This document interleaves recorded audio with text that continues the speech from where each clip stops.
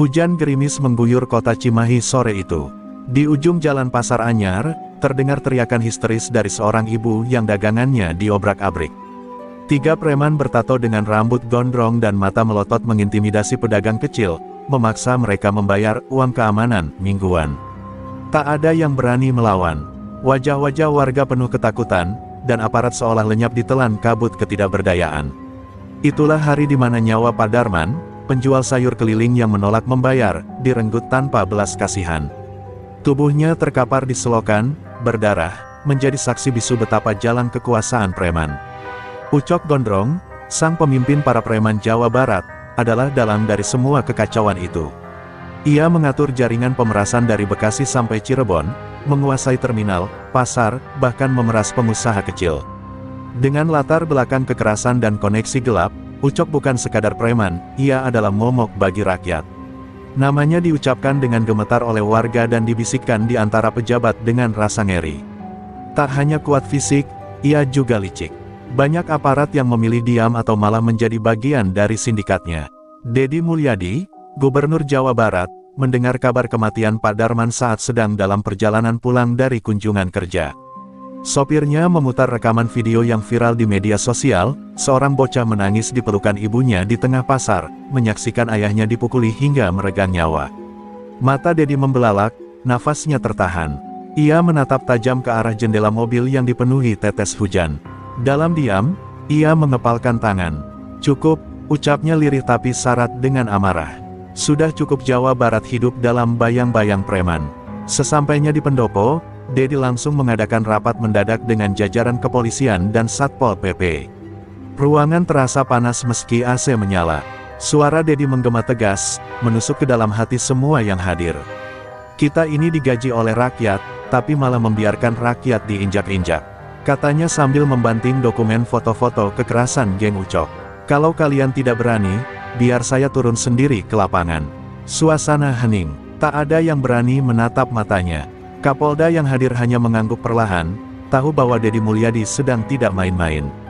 Malam itu, Deddy tidak tidur.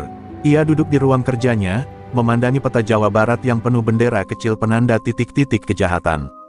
"Ucok Gondrong, kau pikir aku takut padamu?" gumamnya sambil menyalakan sebatang dupa yang selalu ia pakai saat berpikir keras. Ia tahu perang ini tak hanya soal kekuatan fisik, tapi juga strategi. Ia butuh orang-orang setia, polisi bersih, dan keberanian yang tak bisa dibeli. Deddy pun membuat daftar nama, menghubungi para sahabat lama, beberapa di antaranya mantan tentara dan intel yang kini hidup tenang di desa-desa.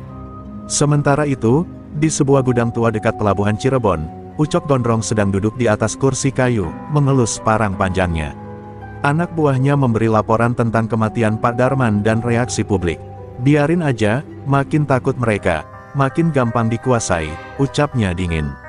Tapi seorang anak buahnya berkata pelan, "Tapi Pak Gubernur, Deddy Mulyadi, dia mulai gerak, Bang." Ucok terdiam sejenak, lalu tertawa kecil. "Biarin, kita lihat, siapa yang sebenarnya penguasa Jawa Barat." Dari dua sisi yang berbeda, dua kekuatan besar mulai bergerak. Di satu sisi, kekuatan jahat yang selama ini tak tersentuh. Di sisi lain, seorang pemimpin yang muak dengan ketakutan rakyatnya. Hari kematian Pak Darman bukan hanya tragedi, tapi pemicu sebuah perang terbuka antara Deddy Mulyadi dan Ucok Gondrong. Dan perang itu baru saja dimulai. Pagi di balai kota terasa berbeda.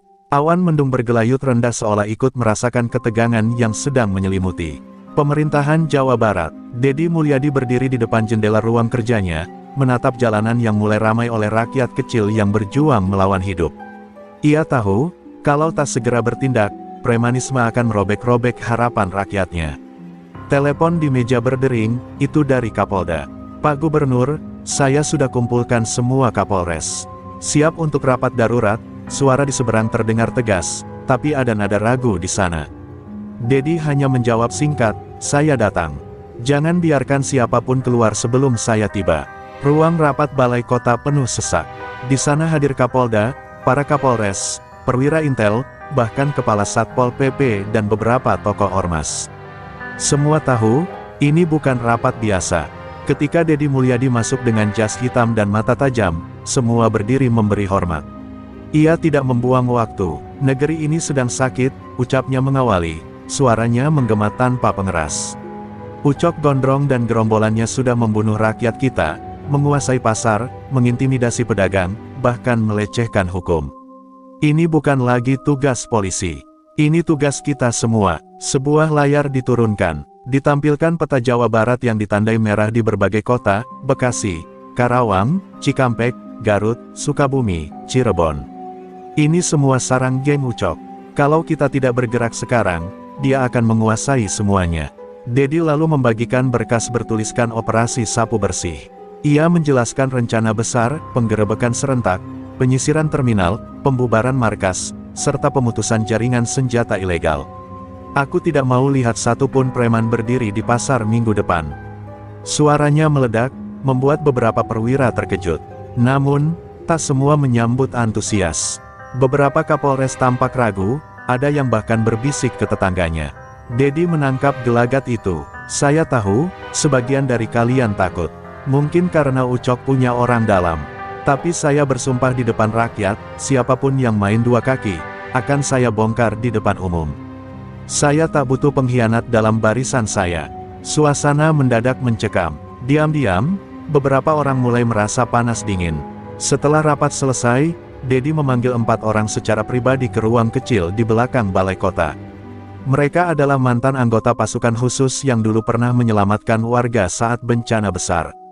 Kini, mereka hidup tenang, tapi semangat juangnya belum padam. Saya butuh kalian, untuk tugas khusus. Cari jejak Ucok Gondrong. Jangan beri ampun, ucap Dedi. Mereka mengangguk mantap. Mata mereka menyala seperti api yang sudah lama padam tapi kini kembali membara.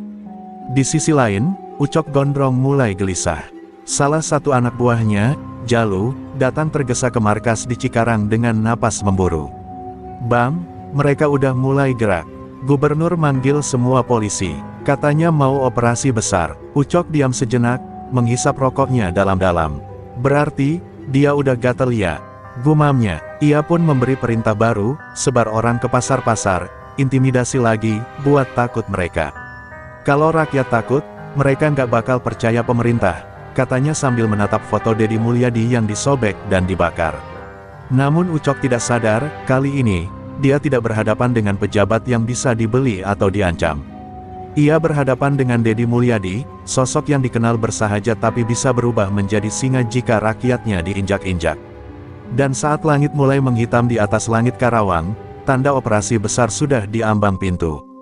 Jawa Barat sedang mempersiapkan diri untuk perang tanpa peluru, perang antara kebenaran dan tirani preman.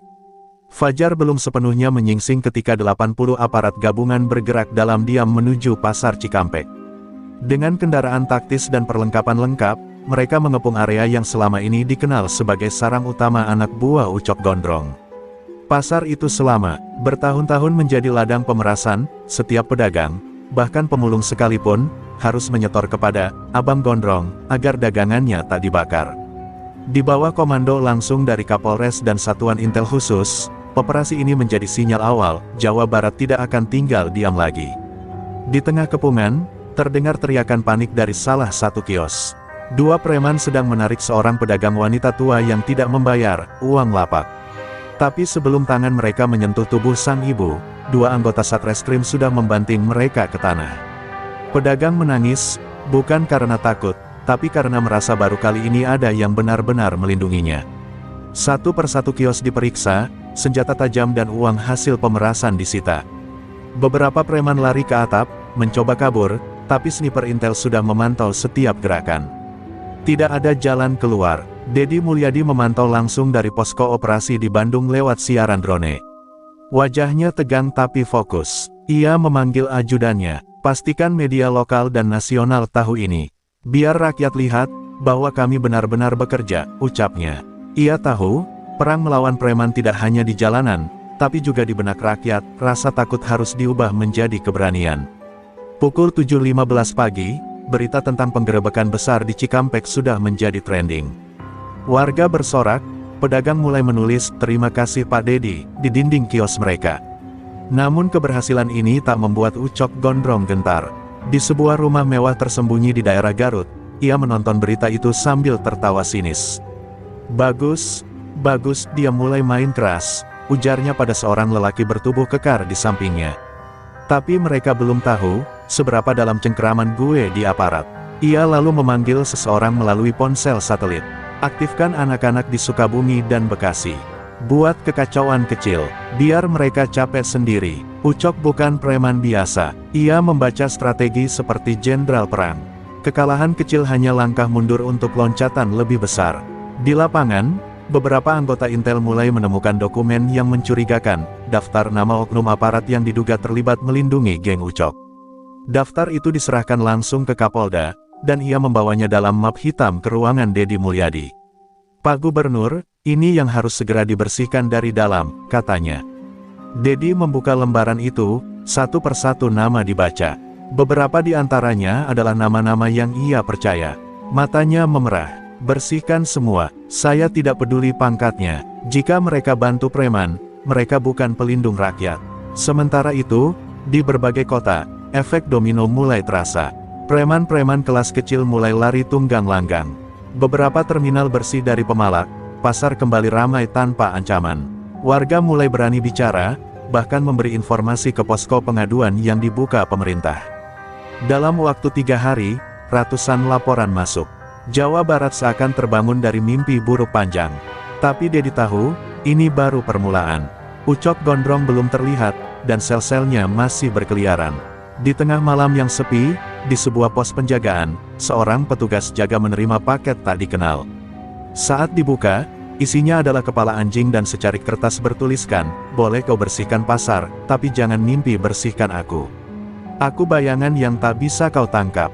Petugas itu pucat dan langsung membawa surat itu ke posko operasi. Ketika Dedi Mulyadi membacanya, ia tersenyum tipis, lalu berkata, "Kalau dia bayangan, maka aku cahaya yang akan membakarnya." Langit Sukabumi memerah menjelang senja. Namun, bukan karena matahari terbenam, melainkan karena pasar semi-modern di pusat kota itu dilalap api. Jeritan warga, tangisan anak-anak, dan teriakan panik membelah udara. Sekelompok pria bertopeng dengan senjata tajam menyerang kios-kios. Tanpa ampun, mereka bukan sekadar preman, mereka adalah anak buah Ucok Gondrong yang sengaja dikirim untuk membalas penggerebekan di Cikampek. Api membakar bukan hanya bangunan, tapi juga rasa aman yang baru sempat tumbuh di hati warga. Dedi Mulyadi menerima kabar itu saat baru saja hendak merebahkan diri di posko. Ia berdiri tanpa bicara, matanya merah bukan karena lelah, tapi amarah yang membuncah. "Berangkat malam ini juga," ujarnya pada ajudan. "Saya mau lihat langsung." Dalam waktu 1 jam, rombongan kendaraan dinas dan pengawalan polisi meluncur ke Sukabumi. Warga yang melihat iring-iringan itu menyambut dengan air mata haru, belum pernah ada gubernur datang di malam gelap ketika mereka dilanda ketakutan. Sesampainya di lokasi, Dedi berjalan menyusuri puing-puing pasar tanpa payung, meski hujan deras mengguyur. Ia menghampiri seorang ibu tua yang kehilangan lapaknya. Dengan suara gemetar, sang ibu berkata, "Pak, saya kira kami sudah aman. Ternyata mereka masih bisa menyakiti." Dedi berlutut, menggenggam tangan ibu itu, dan berkata, "Mereka akan membayar semuanya, Bu. Saya bersumpah atas nama rakyat." Di tengah kegelapan, muncul seorang pria muda mendekat ke Dedi. Wajahnya luka, bajunya robek. "Saya kenal beberapa pelakunya, Pak. Mereka dulu sering maksa uang keamanan di terminal. Tapi saya ingat wajahnya. Saya mau jadi saksi," ujarnya lantang. Dedi mengangguk. "Kau sudah membantu lebih dari yang bisa kau bayangkan." Dari saksi itulah diketahui bahwa serangan ini dipimpin oleh sosok bayangan Ucok yang disebut Jack Lintah, preman sadis yang terkenal membakar kios hanya karena pemiliknya menolak menyetor. Keesokan paginya, Dedi menggelar konferensi pers di depan sisa pasar yang hangus. "Serangan ini bukan akhir, ini bukti bahwa mereka sedang sekarat. Tapi kita tidak akan mundur. Jawa Barat harus dibersihkan sampai ke akar." Ia mengumumkan pembentukan tim khusus pemburu bayangan, pasukan elit gabungan dari TNI, Polri, dan Satpol PP terlatih. Tugas mereka satu, menangkap semua komandan lapangan geng Ucok. Tidak ada negosiasi, tidak ada kompromi. Ucok Gondrong menyaksikan pidato itu dari televisi di tempat persembunyiannya di Cirebon. Ia menggertakkan gigi. Gila, dia datang langsung ke Sukabumi. Gubernur atau jenderal sih, gumamnya. Ia lalu membanting gelas. "Kita harus habisi dia. Kirim pesan, bikin dia takut, kirim orang ke rumah dinasnya. Tapi salah satu anak buahnya tampak ragu. Bang, rakyat udah mulai dukung dia. Kita makin disudutkan. Ucok menatapnya tajam, kalau rakyat ikut dia, berarti rakyat juga musuh. Namun Ucok tak sadar, setiap geraknya mulai terpantau. Tim pemburu bayangan yang baru dibentuk ternyata bukan pasukan biasa.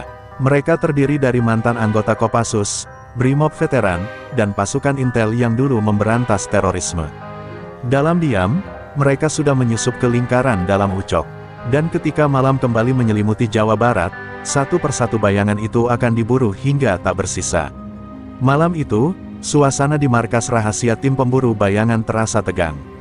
Sebuah peta besar Jawa Barat terpampang di dinding, ditandai titik-titik merah, lokasi persembunyian anak buah Ucok Gondrong. Letkol Rahmat, ex-Kopassus yang kini memimpin tim tersebut, melangkah tenang ke depan. Misi malam ini, tangkap Jack Lintah hidup-hidup. Kita korek semua informasi darinya. Tidak ada yang bergerak sebelum saya beri aba-aba. Semua anggota berdiri tegap. Tidak ada suara, hanya semangat yang membara di dada mereka. Ini bukan sekadar operasi militer, ini perang melawan teror yang sudah terlalu lama membusuk. Sementara itu, di Cirebon, Ucok Gondrong mulai gelisah. Beberapa anak buahnya tak bisa dihubungi. Titik-titik persembunyiannya mulai digerebek satu persatu.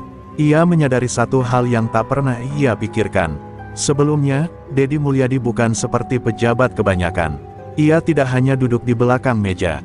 Ia turun langsung, membentuk pasukan yang benar-benar memburu. Kita harus pindah markas, katanya pada Jack Lintah yang masih bersikeras bertahan. Atau kita akan diseret seperti tikus. Namun malam itu tak memberi Jack kesempatan untuk kabur. Saat ia sedang menyusun rencana pelarian di rumah persembunyian dekat pelabuhan Cirebon, suara-suara langkah berat terdengar. Tiba-tiba lampu padam, suasana sunyi, mencekam. Lalu, brak, pintu dijebol, granat kejut dilempar masuk. Dalam hitungan detik, ruangan itu berubah menjadi ladang pertempuran singkat. Jack dan 4 anak buahnya dilumpuhkan. Salah satu dari mereka mencoba melawan, tapi peluru karet tepat mengenai kakinya. Jeritannya mengisi malam yang sunyi. Dedi Mulyadi mendapatkan laporan langsung tak lama setelah itu. Ia berdiri di tengah ruang kendali posko dan menatap layar CCTV yang menunjukkan wajah babak belur Jack Lintah. Tanya dia, di mana markas utama Ucok, ucap Dedi kepada Letkol Rahmat. Interogasi dimulai, tapi Jack tidak mudah bicara. Ia menyeringai, darah menetes dari bibirnya. Gue lebih takut Ucok daripada mati. Namun satu nama berhasil terlontar dari mulutnya, Dodol, dia yang jaga jalur logistik dari Bekasi ke Garut. Dengan informasi itu, tim pemburu bayangan membagi diri menjadi 2 regu. Satu regu memburu Dodol di perbatasan Bekasi, satu lagi tetap menggali informasi dari Jack. Dedi memutuskan ikut turun lagi ke lapangan, kali ini ke Bekasi. Saya tidak akan duduk nyaman sementara rakyat saya dibantai oleh preman, ucapnya kepada media sebelum berangkat. Keputusan itu membuat rakyat semakin percaya, mereka punya pemimpin sejati, bukan sekadar pejabat pencitraan. Sesampainya di Bekasi, penyergapan berlangsung dramatis. Dodol yang dikenal sebagai preman bengis sempat baku hantam dengan 2 anggota tim, sebelum akhirnya dijatuhkan dengan teknik bela diri cepat.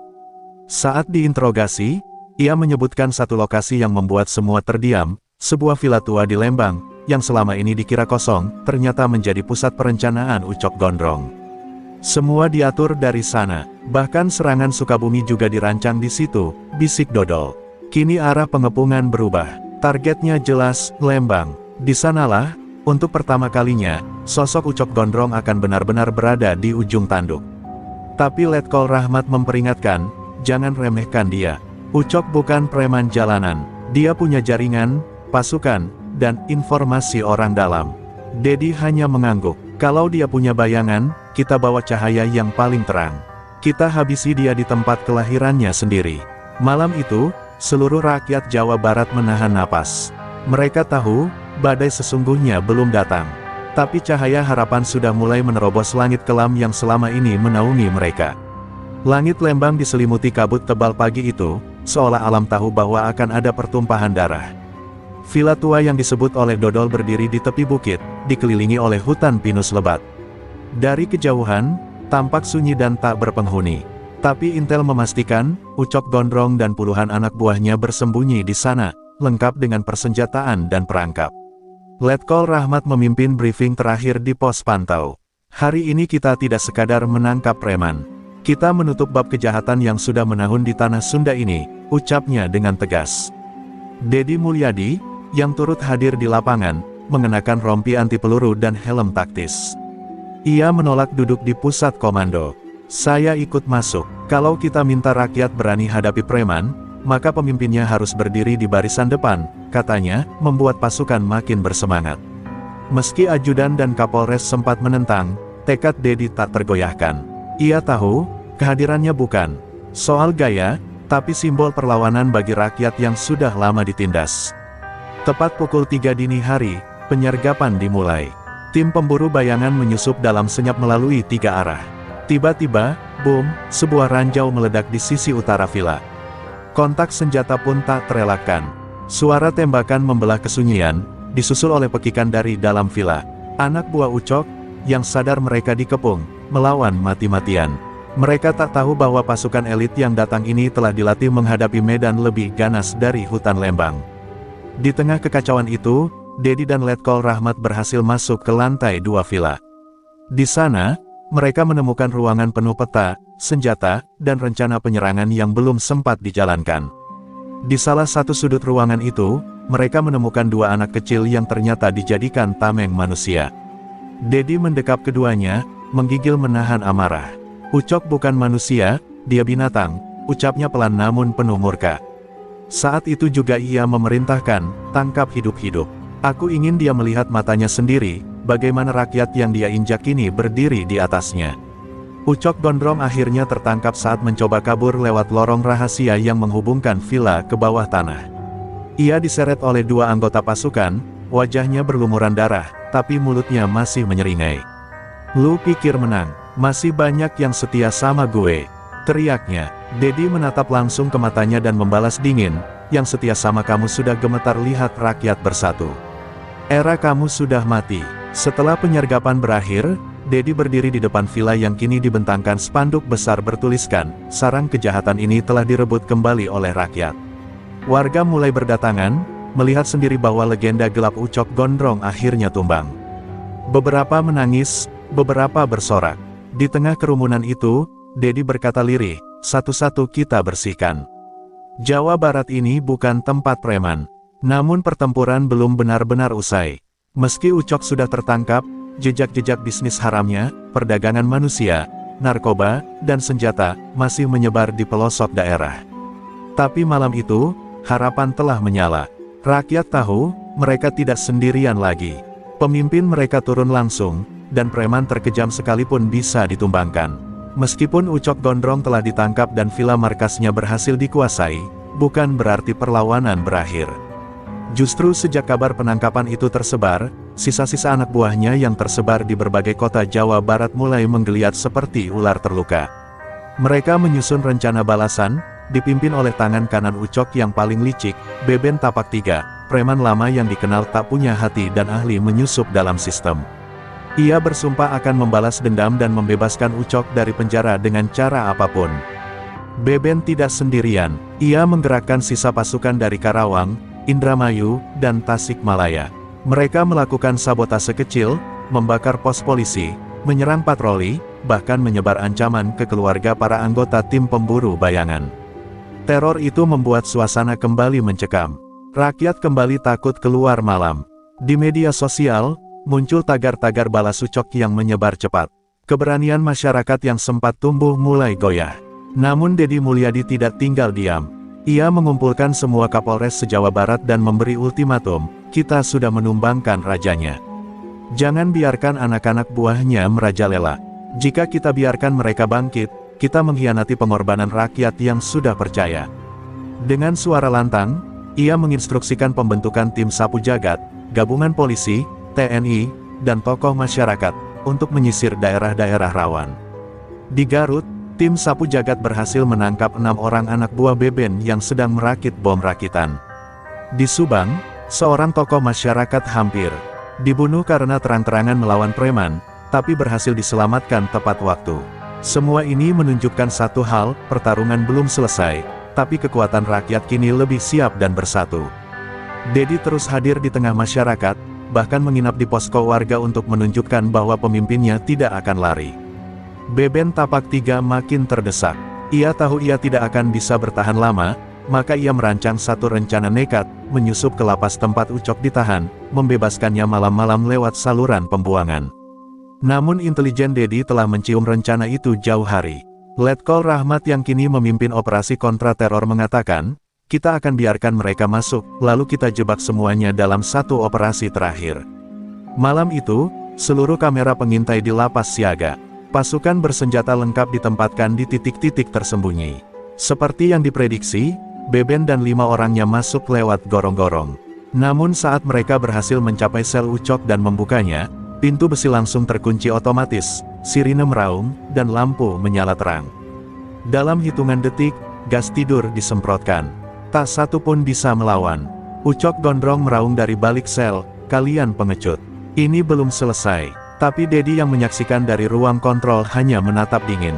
Ini bukan soal kamu selesai atau tidak. Ini soal rakyat tidak takut lagi padamu. Kalimat itu menjadi akhir dari bab kelam yang selama ini menghantui Jawa Barat. Ucok dan Beben kini berada dalam sel khusus, terisolasi dari dunia luar. Namun Dedi tahu, untuk membuat Jawa Barat benar-benar bebas preman, mereka tidak cukup menangkap kepala-kepalanya. Perlu pembersihan sistem, maka ia mulai menyiapkan langkah selanjutnya, menyisir para oknum di balik layar, mereka yang selama ini diam-diam melindungi para preman demi keuntungan pribadi. Setelah penangkapan Ucok Gondrong dan Beben Tapak Tiga, publik mulai merasa aman. Tapi Dedi Mulyadi tahu, ketenangan itu bisa menipu. Beberapa laporan rahasia dari Letkol Rahmat menunjukkan bahwa selama bertahun-tahun, ada aparat yang bermain dua kaki, memberi perlindungan, bahkan informasi strategis kepada para preman demi uang. Dedi murka, jika musuh ada di luar, kita bisa bertarung. Tapi kalau musuh ada dalam rumah sendiri, ini perang paling berat, ucapnya dengan nada getir. Sebuah penyelidikan rahasia pun dibentuk. Operasi itu diberi sandi, Operasi Mata Sendiri. Tanpa sepengetahuan banyak pihak, Dedi menggandeng Divisi Propam Mabes Polri dan TNI Intel untuk menyelidiki siapa saja yang selama ini menjadi dalang di balik kekebalan hukum para preman. Dalam waktu singkat, mulai terkuak nama-nama besar, dari Kapolsek yang menerima upeti bulanan, camat yang sengaja membiarkan pasar dikuasai geng, hingga anggota dewan yang menjadi backing bisnis haram Ucok.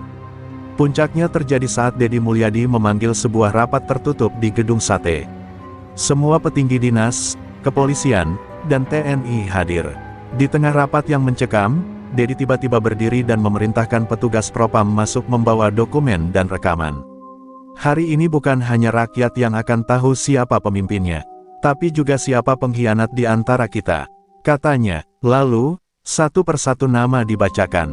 Beberapa orang pucat, ada yang langsung mencoba kabur, tapi langsung dibekuk. Geger, Jawa Barat gempar. Dalam semalam, 11 oknum ditangkap. Media nasional menyorot tajam, sebagian memuji keberanian Dedi, sebagian lagi mencibir bahwa ini tindakan nekat yang bisa merusak citra institusi. Tapi Dedi tidak peduli, lebih baik institusi terguncang, daripada rakyat terus menderita, tegasnya dalam konferensi pers keesokan harinya. Namun Dedi sadar, membongkar oknum bukan akhir. Justru ini awal dari reformasi total. Ia memerintahkan audit menyeluruh terhadap semua kantor pemerintahan daerah. Ia membuat hotline khusus untuk laporan masyarakat tanpa takut dibungkam. Dalam waktu sebulan, lebih dari 2.000 laporan masuk, tentang pungli, preman pasar, aparat tak responsif. Semua ditindak satu persatu. Sebagian tokoh politik mulai gerah. Mereka merasa gerakan Dedi mengancam jaringan lama yang sudah puluhan tahun bercokol. Ancaman mulai berdatangan, dari telepon gelap, surat kaleng, hingga bom molotov yang dilempar ke rumah dinasnya tengah malam.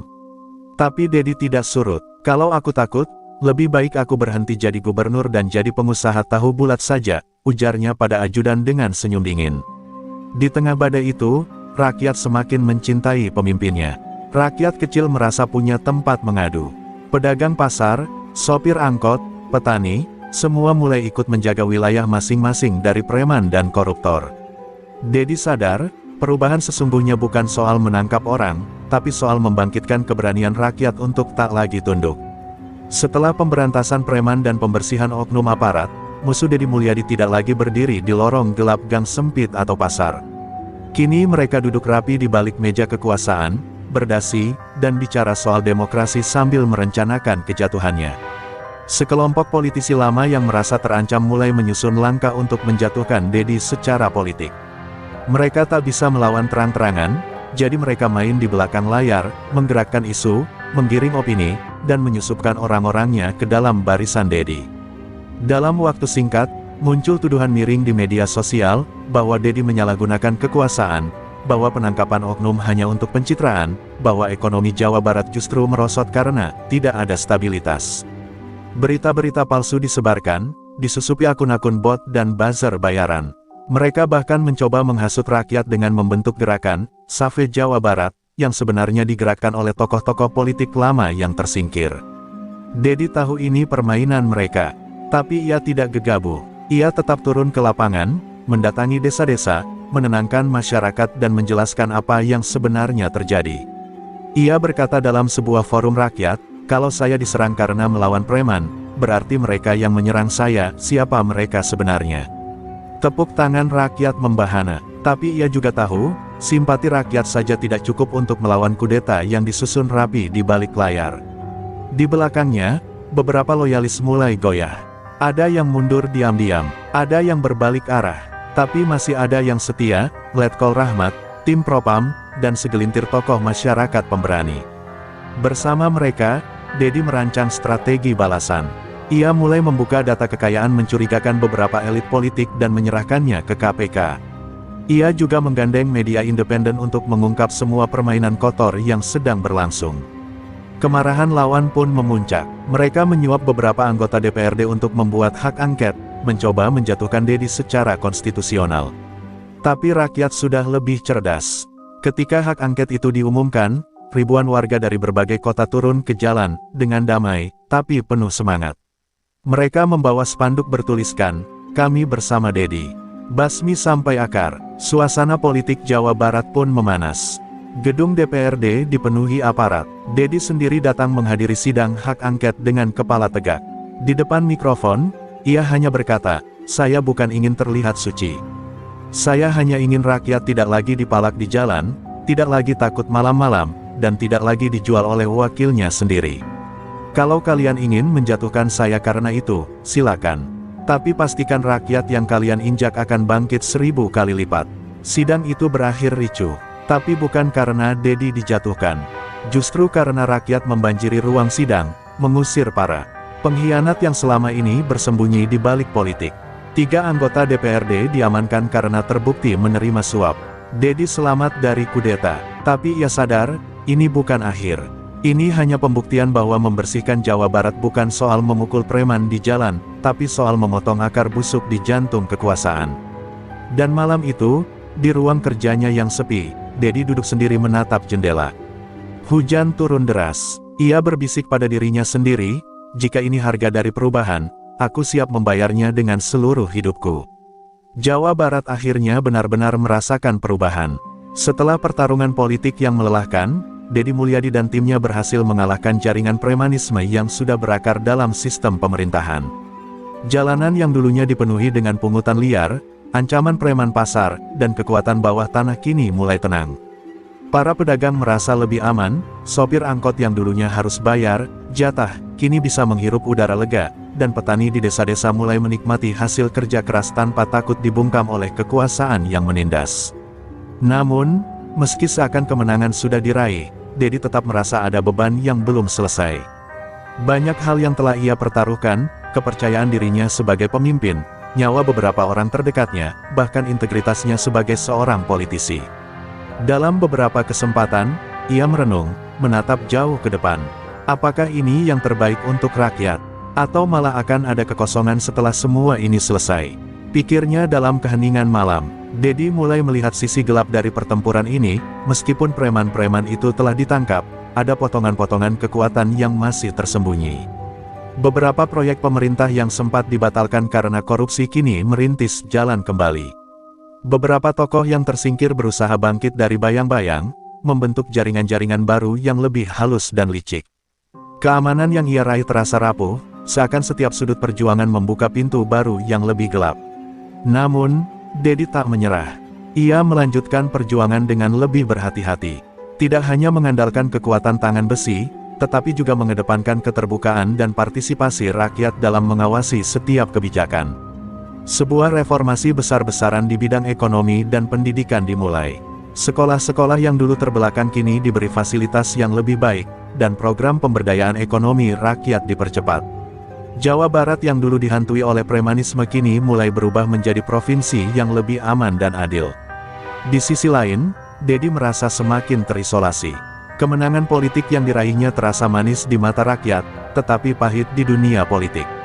Sejumlah politisi yang sebelumnya menyokongnya kini mulai menjauh, takut ikut terjerat dalam perjalanan reformasi yang dilakukannya. Bahkan beberapa media yang dulu mendukungnya mulai memberinya label, gubernur otoriter, dan pemimpin yang terlalu ambisius. Meski begitu, Dedi tetap teguh. Ia tidak peduli dengan pencitraan, selama rakyat merasa lebih baik, itulah yang terpenting. Puncaknya, Dedi memutuskan untuk berkunjung ke salah satu desa di ujung selatan Jawa Barat, tempat yang sebelumnya sangat rawan premanisme dan kekerasan. Di sana, ia duduk bersama warga, mendengarkan keluh kesah mereka tanpa batasan protokoler. "Jangan lihat saya sebagai pemimpin, lihatlah saya sebagai bagian dari kalian," ujarnya. Warga yang dulu takut untuk berbicara, kini merasa memiliki suara. Mereka bukan hanya dipimpin, tapi juga diberdayakan. Namun di tengah kesibukannya, Dedi mendapatkan tawaran yang tak pernah ia bayangkan. Sebuah partai politik besar menginginkannya untuk maju ke tingkat yang lebih tinggi, bahkan menawarkan posisi yang lebih strategis. Tawaran itu menggoda, karena itu bisa menjadi pintu untuk memperluas perubahan ke seluruh Indonesia. Tetapi, di sisi lain, Dedi tahu, jika ia menerima tawaran itu, ia mungkin harus meninggalkan Jawa Barat yang telah ia perjuangkan habis-habisan. Malam itu, setelah rapat penting dengan timnya, Dedi berdiri di depan jendela ruang kerjanya, menatap langit yang gelap. "Apa yang akan terjadi jika aku pergi? Apakah semua yang telah kita bangun akan hancur? Atau inikah saatnya untuk memperjuangkan perubahan lebih luas?" Di ujung kesepian itu, ia memutuskan, ia akan tetap berada di Jawa Barat. Karena perubahan sejati, menurutnya, tidak akan lengkap jika hanya menjadi sebuah momen di satu tempat. Jawa Barat bukanlah titik akhir, tetapi titik awal dari sebuah perjalanan yang lebih besar. Dengan keputusan itu, Dedi Mulyadi meneguhkan langkahnya. Ia tetap memilih bertarung di Jawa Barat, tempat yang sudah ia perbaiki, tempat yang sudah ia beri harapan baru. Perjuangan belum berakhir, dan Dedi tahu, jalan menuju keadilan sejati masih panjang. Setelah membuat keputusan penting untuk tetap di Jawa Barat, Dedi Mulyadi merasa seolah beban yang sangat besar mulai menghilang dari pundaknya.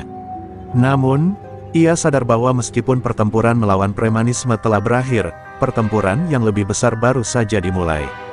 Pemerintahan yang bersih, masyarakat yang adil, dan ekonomi yang merata, semua itu masih dalam tahap pembangunan.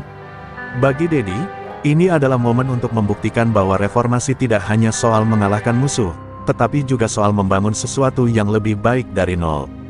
Di tengah rutinitas sehari-hari yang mulai stabil, Dedi memutuskan untuk melakukan reformasi besar di sektor pendidikan. Ia menyadari bahwa untuk membentuk generasi yang lebih baik dan lebih kuat, pendidikan harus menjadi prioritas utama. Sekolah-sekolah yang sebelumnya tertinggal dan terabaikan kini mulai mendapat perhatian serius dari pemerintah provinsi. Sekolah-sekolah kecil di pelosok, yang dulu hanya mengandalkan sumbangan rakyat dan dana terbatas, kini menerima bantuan modernisasi yang sangat dibutuhkan. Namun, tak semua berjalan mulus.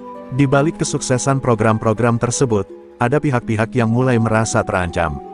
Sejumlah pebisnis besar yang selama ini menggantungkan kekayaan mereka pada praktek korupsi dan pemborosan dana publik merasa keberadaan Dedi mulai menghalangi jalan mereka. Mereka mulai menggerakkan jaringan mereka di berbagai sektor, menabur fitnah dan kebohongan untuk menggoyahkan kepercayaan rakyat terhadap Dedi. Namun, Dedi tidak gentar. Setiap serangan, ia hadapi dengan kepala tegak. Di sisi lain, Dedi merasakan tekanan pribadi yang sangat besar. Ia harus mengorbankan banyak waktu bersama keluarganya. Pagi hari ia sudah di lapangan, mengunjungi berbagai daerah yang membutuhkan sentuhan langsung. Malam hari ia terjebak dalam rapat-rapat politik yang tak pernah selesai, mengurusi birokrasi yang rumit. Istrinya, dengan sabar, selalu mengingatkan, "Kamu sudah berbuat banyak, tetapi jangan lupakan dirimu sendiri."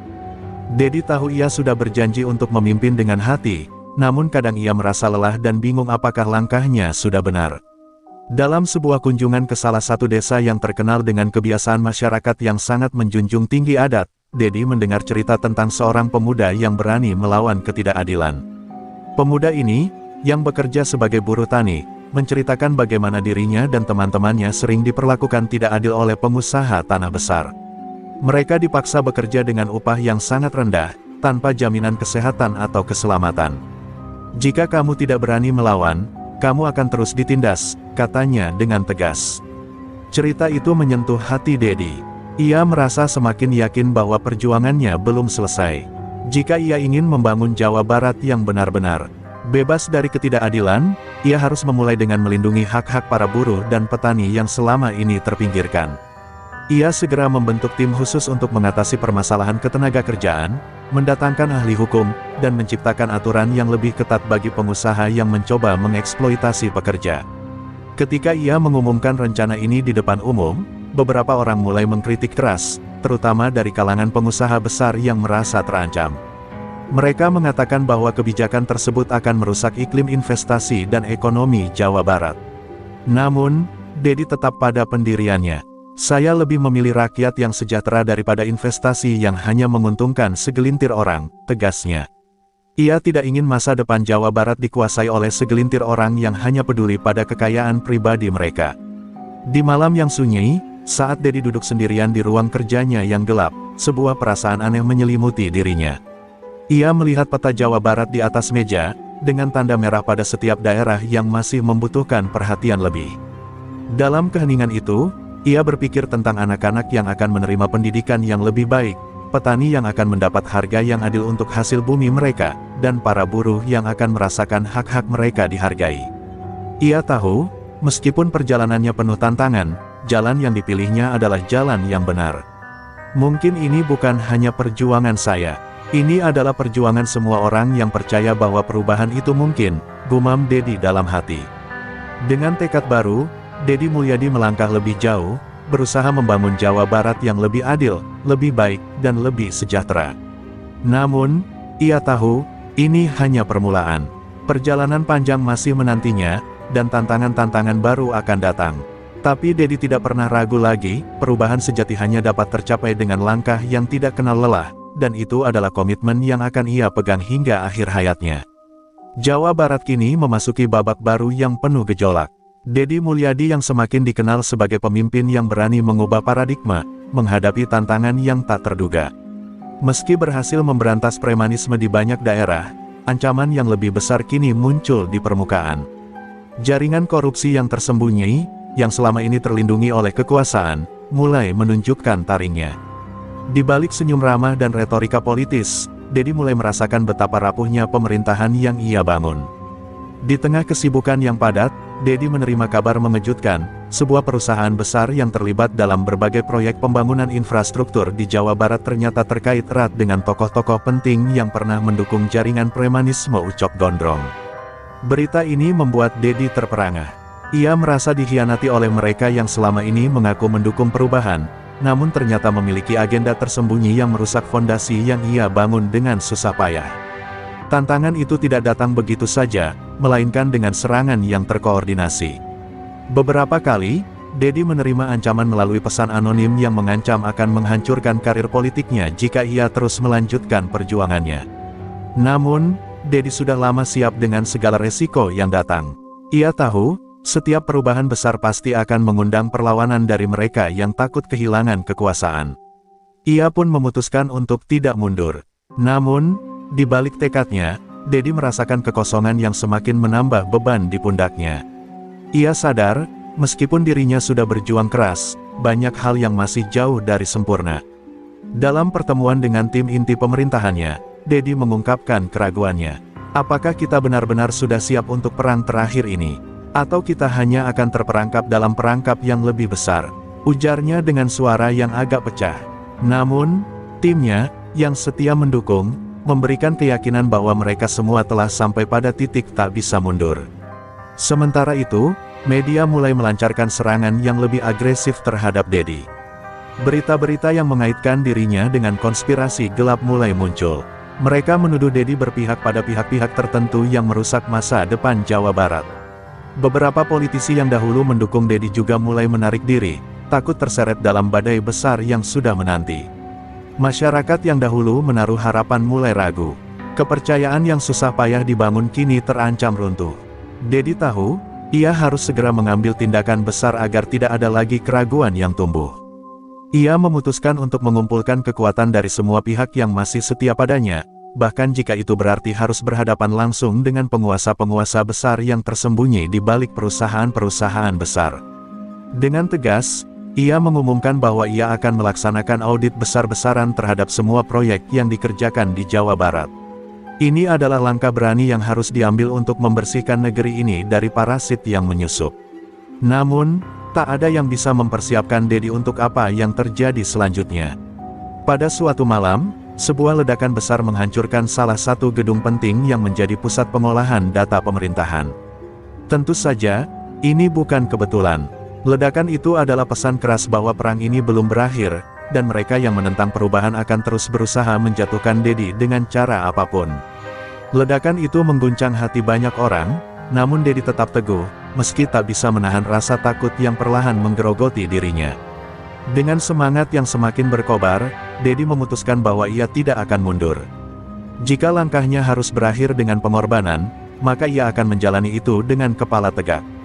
Ia memimpin pasukannya untuk bertarung, bukan hanya dengan senjata, tetapi dengan akal dan hati yang penuh keyakinan. Perubahan ini bukan hanya tentang kita, tapi tentang masa depan generasi yang akan datang, katanya dalam sebuah rapat darurat. Dalam diamnya, Dedi tahu satu hal pasti, ini adalah perang terakhir yang akan menentukan nasib Jawa Barat. Tanda hubung, tanda hubung, tanda hubung. Dengan langkah penuh tekad, Dedi Mulyadi dan seluruh timnya siap menghadapi pertempuran yang tak hanya melibatkan kekuatan fisik, tetapi juga ideologi dan semangat untuk mencapai keadilan yang sejati. Mereka tahu, kemenangan tidak akan datang dengan mudah, tetapi mereka sudah tidak punya pilihan lain. Perjuangan ini akan berlanjut, hingga akhir titik darah terakhir. Ledakan yang mengguncang gedung pusat pengolahan data pemerintahan bukan hanya menghancurkan bangunan fisik, tetapi juga mengguncang mental seluruh aparat yang ada. Di tengah reruntuhan itu, Dedi Mulyadi tidak menunjukkan sedikit pun rasa takut. Sebaliknya, ia berdiri tegar di hadapan timnya, memastikan mereka semua tetap fokus pada tujuan utama. Ini adalah serangan langsung kepada kita. Mereka ingin kita mundur, tapi kita tidak akan menyerah, tegasnya dengan suara yang penuh keyakinan.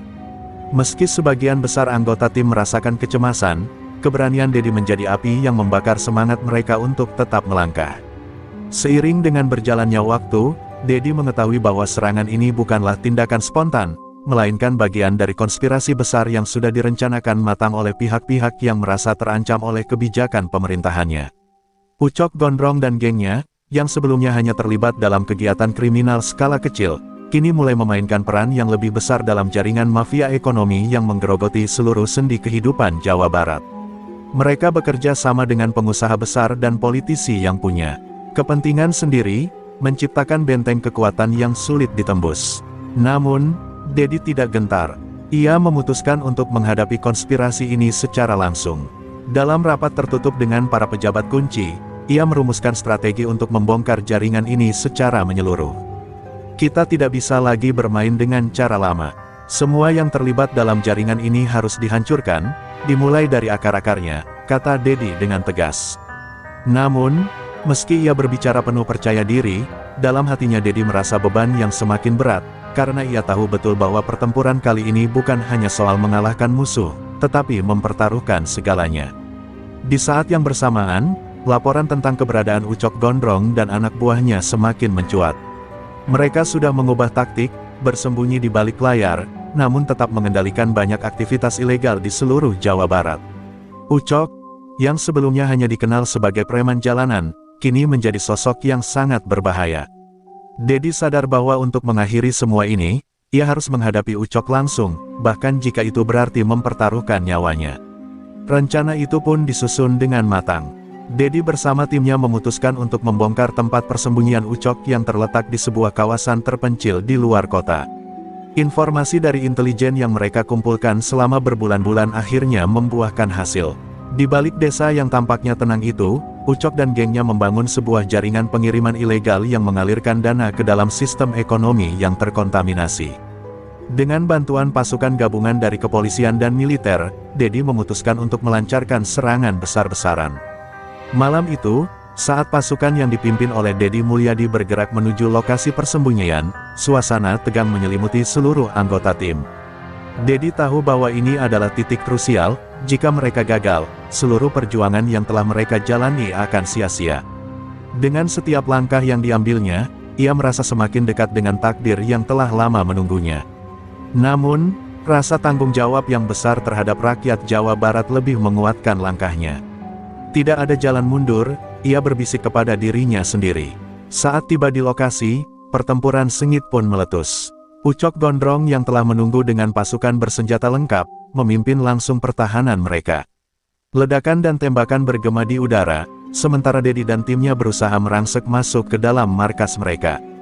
Di tengah kekacauan, Dedi bertemu dengan beberapa orang yang dulu bekerja dengan Ucok, mereka yang kini menyesali peran mereka dalam jaringan kriminal itu. "Kita telah salah, Pak Dedi.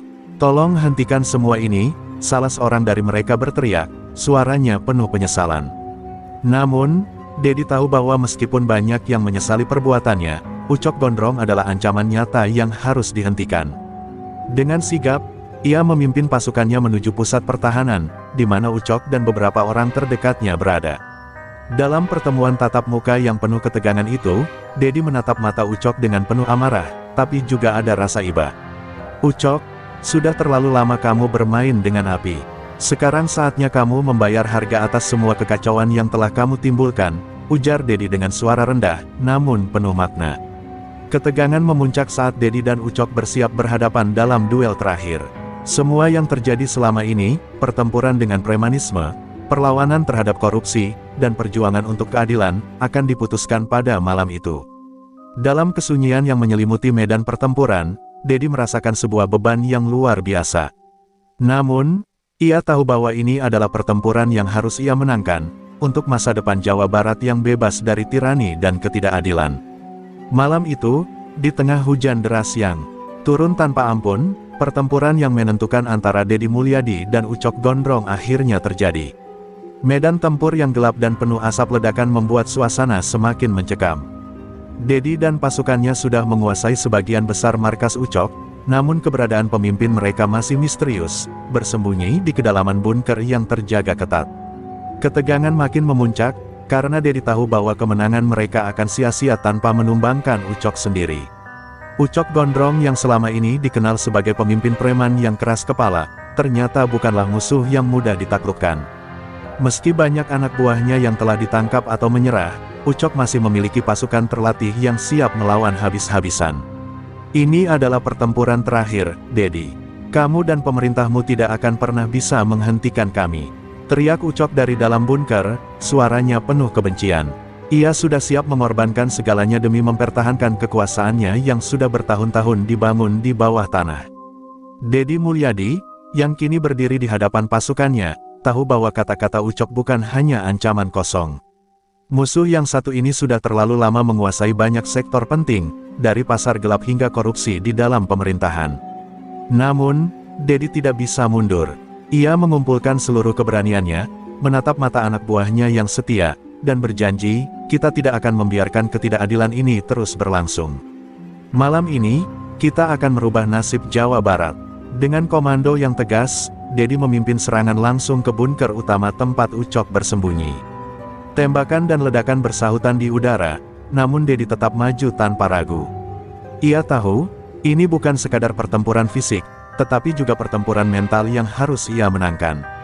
Seluruh Jawa Barat memperhatikan apa yang akan terjadi malam itu. Ini adalah simbol perjuangan mereka melawan premanisme dan ketidakadilan yang selama ini merajalela.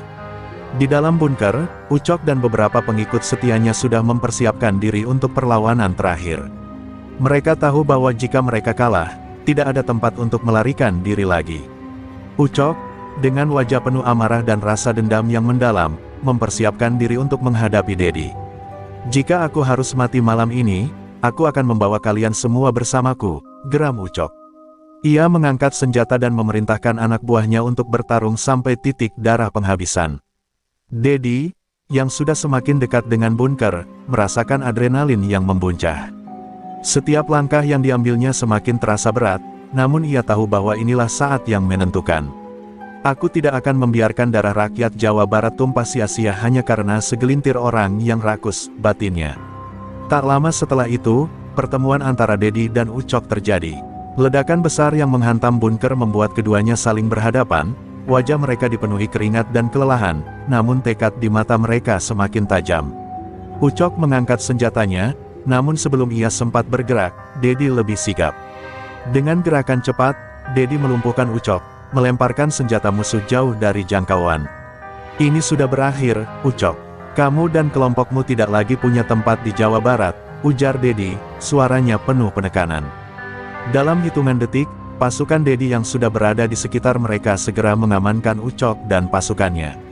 Namun, meskipun Ucok telah ditangkap, perasaan Dedi tidaklah sepenuhnya lega.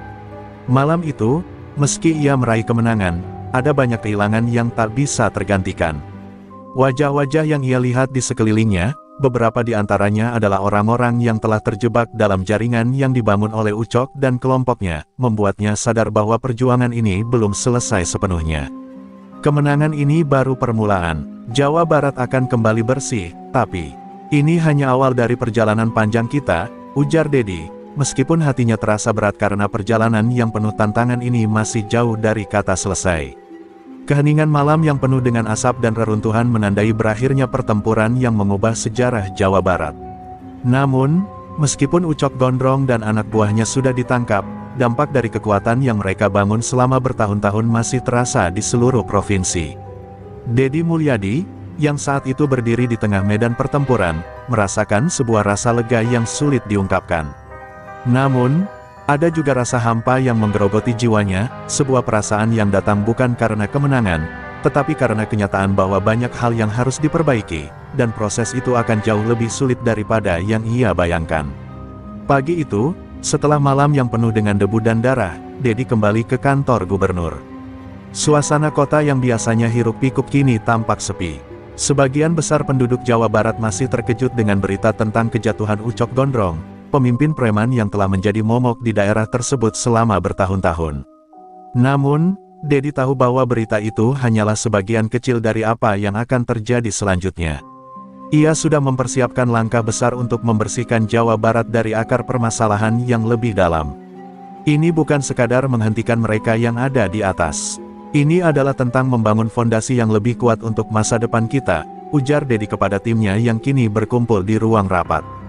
Di hadapannya, tim intelijen, kepolisian, dan pihak-pihak terkait duduk dengan ekspresi serius. Semua tahu bahwa meskipun mereka berhasil menangkap Ucok dan gengnya, pekerjaan mereka baru saja dimulai. Kita harus memastikan bahwa sistem ini tidak terulang lagi. Kita harus menggali lebih dalam dan mencari tahu siapa saja yang masih mendukung jaringan ini di balik layar, lanjut Dedi. Langkah pertama yang ia ambil adalah melakukan pemetaan terhadap seluruh pihak yang terlibat dalam jaringan kriminal yang dikuasai Ucok. Dari politikus yang bermain kotor hingga pengusaha yang mendapat keuntungan dari kegiatan ilegal, Dedi memerintahkan penyelidikan mendalam tanpa ampun. Di dalam rapat, ia menekankan pentingnya transparansi dan keadilan. Jawa Barat tidak bisa dibangun atas sandiwara dan kebohongan. Kita harus menghancurkan sistem yang korup dan membersihkan nama baik daerah ini, tegasnya. Namun, meskipun niat baiknya jelas, tantangan yang dihadapi Dedi semakin berat. Banyak orang yang sebelumnya berpura-pura tidak tahu tentang keberadaan Ucok dan kegiatannya mulai berusaha mengalihkan perhatian publik, menciptakan narasi baru yang mengaburkan kenyataan. Beberapa anggota DPRD Jawa Barat yang selama ini berpihak pada Ucok mencoba mencari celah untuk melawan kebijakan Dedi. Namun, Dedi tidak mundur sedikit pun. Ia mengadakan pertemuan darurat dengan para pemimpin masyarakat, membicarakan langkah-langkah yang perlu diambil untuk mengembalikan kepercayaan publik. Rencana Dedi semakin jelas, yaitu menggiring para pelaku ke jalur hukum dan memberikan sanksi yang setimpal. Namun, di sisi lain, ia harus menghadapi ancaman dari pihak-pihak yang mulai merasa terancam oleh perubahan yang ia bawa. Dalam sebuah percakapan tertutup, salah seorang anggota dewan yang tidak dikenal Dedi dengan baik mengancamnya.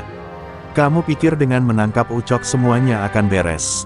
Tidak ada yang bisa menghentikan jalannya kekuasaan yang sudah terjalin begitu lama," katanya dengan nada meremehkan. Dedi hanya tersenyum dingin. Tidak ada yang abadi di dunia ini, termasuk kekuasaan yang dibangun dengan kekerasan. Ketegangan semakin meningkat saat Dedi mendengar kabar bahwa beberapa tokoh penting di luar Jawa Barat juga terlibat dalam jaringan Ucok. Ini membuka babak baru dalam perjuangannya. Jika kita ingin membersihkan Jawa Barat, kita harus menanggulangi jaringan yang lebih besar, yang melibatkan orang-orang yang tidak terbayangkan sebelumnya, ucap Dedi dengan penuh tekad. Ia tahu bahwa ini akan menjadi perjuangan panjang yang akan menguras tenaga, tetapi ia sudah siap untuk melakukannya. Di luar kantor gubernur, masyarakat mulai merasakan perubahan. Di jalan-jalan kota, suara warga yang dulu tertindas mulai terdengar lebih lantang. Mereka mulai merasa lebih aman, tidak lagi dihantui rasa takut yang dulu selalu mengintai. Namun, Dedi tahu bahwa rasa aman itu masih rapuh, dan untuk mempertahankan kebebasan yang baru ditemukan, ia harus lebih waspada dari sebelumnya. Perjalanan kita baru dimulai. Kita harus membangun kembali fondasi yang kokoh, satu persatu, katanya kepada timnya, menyadari bahwa meskipun pertempuran dengan Ucok telah berakhir, tantangan yang lebih besar menanti di depan. Pagi itu, udara di Jawa Barat terasa lebih sejuk dari biasanya. Meski kemenangan atas Ucok Gondrong dan gengnya sudah tercapai, Dedi Mulyadi tidak bisa merasa tenang. Ia tahu bahwa meskipun kepala preman tersebut telah jatuh, racun yang disebarkan oleh jaringan kriminalnya masih meluas, mengakar hingga ke lapisan pemerintahan dan dunia bisnis. Tugasnya belum selesai, dan rasa cemas di dalam dirinya semakin dalam. Apa yang telah dihancurkan oleh premanisme selama ini bukan hanya harta benda, tapi juga moral dan kepercayaan rakyat terhadap sistem hukum. Di ruang kerjanya, Dedi memerintahkan untuk segera meluncurkan operasi pemetaan jaringan yang lebih besar. Namun, dalam perjalanan mencari bukti-bukti baru, sebuah kejadian tak terduga terjadi. Tim intelijen yang selama ini berada di bawah komandonya melaporkan bahwa ada sejumlah pejabat pemerintah yang diam-diam bekerja sama dengan kelompok kriminal yang lebih besar. Bahkan, beberapa dari mereka diduga terlibat dalam pembalakan liar, penyelundupan narkoba, dan pemerasan besar-besaran. Nama-nama tersebut datang dari kalangan yang tidak pernah ia duga sebelumnya. Mereka adalah wajah-wajah yang terlihat bersih dan terhormat di mata masyarakat. Sebuah kejutan besar menanti Dedi ketika ia mengetahui bahwa beberapa orang yang ia percayai selama ini ternyata memiliki jejak yang terkait dengan bisnis ilegal. Wajah-wajah yang telah lama beroperasi di bawah radar mulai muncul satu persatu dalam penyelidikan yang semakin mendalam. Dedi merasa tubuhnya lemas seketika, namun ia berusaha keras untuk tetap tegar. Ini bukan hanya tentang menghancurkan satu kelompok preman, ini tentang mengubah seluruh tatanan yang telah terkontaminasi, pikirnya dengan penuh tekad. Ia tahu bahwa melawan mereka bukan hanya perjuangan fisik, tetapi juga akan menjadi peperangan politik yang tak kalah berat. Selama beberapa minggu berikutnya, Dedi bekerja tanpa henti, mendekati tokoh-tokoh yang memiliki pengaruh besar di masyarakat, termasuk pengusaha, politikus, dan tokoh-tokoh militer. Ia menuntut kejelasan dan ketegasan dari setiap orang yang terlibat dalam sistem yang ia percayai. Namun, setiap kali ia mencoba membuka celah untuk memecahkan masalah ini, ia merasa ada kekuatan besar yang menariknya mundur. Seperti bayangan yang terus mengikuti langkahnya, ancaman mulai datang dari berbagai penjuru. Beberapa kali mobilnya mendapat gangguan, dan beberapa kali ia mendapat surat ancaman yang diselipkan di depan rumahnya. "Jika kamu terus mengganggu kami, akan ada lebih banyak yang hilang," bunyi surat itu, mengingatkan Dedi bahwa pertempuran ini jauh lebih rumit dari yang ia bayangkan. Namun, meskipun ketegangan terus meningkat, Dedi tidak menyerah. Ia tahu bahwa jika ia mundur, Jawa Barat akan jatuh kembali ke dalam tangan-tangan yang kotor dan tak bertanggung jawab. Ia mengumpulkan kembali timnya, mempersiapkan strategi baru yang lebih cermat. "Kita harus bekerja dengan lebih hati-hati. Ini bukan hanya masalah kita, ini adalah masa depan seluruh rakyat Jawa Barat," ucapnya dengan suara penuh semangat, berusaha memberi mereka kekuatan untuk melanjutkan perjuangan. Malam itu, Dedi dan beberapa anggota timnya duduk dalam ruang rapat yang gelap, membahas langkah-langkah lanjutan untuk menyelesaikan misi besar mereka. Mereka menyusun rencana untuk menggali lebih dalam dan mengungkap nama-nama yang ada di balik jaringan ini. Setiap detik terasa berharga, karena Dedi tahu bahwa siapapun yang tidak bergerak cepat akan terperangkap dalam permainan kotor yang telah lama dijalankan oleh para koruptor ini. Kita tidak bisa hanya menyerang mereka yang tampak di permukaan. Kita harus melacak akar-akarnya, ujar Dedi dengan suara mantap. Semua anggota timnya mengangguk, siap menghadapi apapun yang akan datang. Namun, pertempuran yang paling sulit belum juga dimulai. Dalam keheningan malam yang gelap, Dedi merasa ada sesuatu yang tidak beres. Ia menyadari bahwa ia tidak hanya berperang melawan para preman dan politikus, tetapi juga melawan sistem yang telah lama mengakar dalam struktur kekuasaan. Sistem yang telah menghasilkan rasa takut dan ketidakadilan di seluruh lapisan masyarakat. Ini bukan hanya tentang menangkap mereka yang bersembunyi di balik bayang-bayang. Ini tentang menghancurkan sistem yang selama ini melindungi mereka, pikirnya dengan tegas. Ketika ia menatap keluar jendela ruang kerjanya, Dedi merasakan seakan-akan langit malam yang luas itu menutup. Namun, di balik awan gelap yang menyelubungi Jawa Barat, Dedi tahu bahwa pagi akan tiba, dan dengan itu, harapan bagi masa depan yang lebih baik. Ia sudah siap untuk berjuang sampai titik darah penghabisan, untuk memastikan bahwa Jawa Barat yang bebas dari premanisme dan korupsi bukan sekadar mimpi belaka. Suasana Jawa Barat kembali tegang. Setelah kemenangan besar melawan Ucok Gondrong dan gengnya, kini Dedi Mulyadi menghadapi musuh yang lebih licik, mereka yang mengenakan jas rapi, duduk di kursi empuk kekuasaan, tapi sejatinya lebih kejam dari preman jalanan. Operasi bersih-bersih yang ia galakkan mulai mengusik para preman berdasi. Serangan balik pun dimulai. Media mulai memutarbalikkan fakta, menyudutkan Dedi dengan tuduhan seolah ia sedang membangun kekuasaan diktator. Sementara itu, para pengkhianat di dalam birokrasi mulai menunjukkan wajah aslinya. Pada suatu malam, ketika Dedi pulang dari kunjungan ke desa terpencil yang dulu dikuasai preman, mobil dinasnya dicegat oleh 2 mobil gelap. Pengawalnya sigap, namun serangan itu cukup untuk menyampaikan pesan, "Kami masih di sini." Bukan hanya nyawanya yang kini terancam, tetapi juga keluarganya. Istrinya sempat mendapat teror telepon gelap yang menyebutkan aktivitas anak-anak mereka. Dedi yang selama ini teguh seperti batu karang, mulai merasa beban itu menekan batinnya. Namun, di tengah ancaman yang membayangi, Dedi tak goyah. Ia kembali mengumpulkan para kepala kepolisian se-Jawa Barat. Dalam pertemuan rahasia di Mapolda, Dedi berdiri di hadapan mereka dan berkata dengan suara lantang, "Kalau kita gentar sekarang, mereka akan menguasai anak cucu kita besok. Jangan biarkan Jawa Barat menjadi sarang ketakutan lagi. Kita selesaikan ini sampai akar-akarnya." Sorak semangat menggema dari ruang itu. Para perwira pun bersumpah untuk berdiri bersama gubernur mereka. Dengan kekuatan hukum dan keberanian moral, Dedi meluncurkan operasi lanjutan yang lebih luas, diberi nama Operasi Bayang Hitam. Operasi ini menyasar rekening mencurigakan, izin usaha ilegal, dan jaringan birokrat yang bermain 2 kaki. Banyak yang ditangkap, namun beberapa di antaranya adalah nama besar yang membuat publik terkejut. Jawa Barat mendadak geger, tersiar kabar bahwa ada mantan bupati, anggota dewan, bahkan pejabat provinsi yang menjadi pelindung premanisme selama ini. Reaksi balik dari jaringan bawah tanah semakin gila. Salah satu kantor pemerintahan daerah dibakar oleh orang tak dikenal. Di malam lain, seorang penyidik senior ditemukan tewas dengan luka tusukan di dadanya, dibungkam karena terlalu dekat dengan kebenaran. Namun peristiwa itu justru memicu kemarahan rakyat. Demonstrasi dukungan terhadap Dedi Mulyadi memadati alun-alun kota, dari Bandung hingga Cirebon. Rakyat mulai melihat siapa yang benar-benar berjuang untuk mereka. Dedi tahu, inilah momentum. Ia memerintahkan agar semua data diserahkan langsung ke KPK dan Mabes Polri untuk pengawasan lebih tinggi. Bersama Kapolda Jawa Barat, ia menyusun skema pembersihan total yang menyasar ke akar terdalam. "Jangan beri mereka ruang bernafas," ucapnya. Dalam waktu singkat, puluhan kantor fiktif, perusahaan cangkang, dan proyek-proyek siluman dibekukan. Aset-aset para penjahat berdasi disita.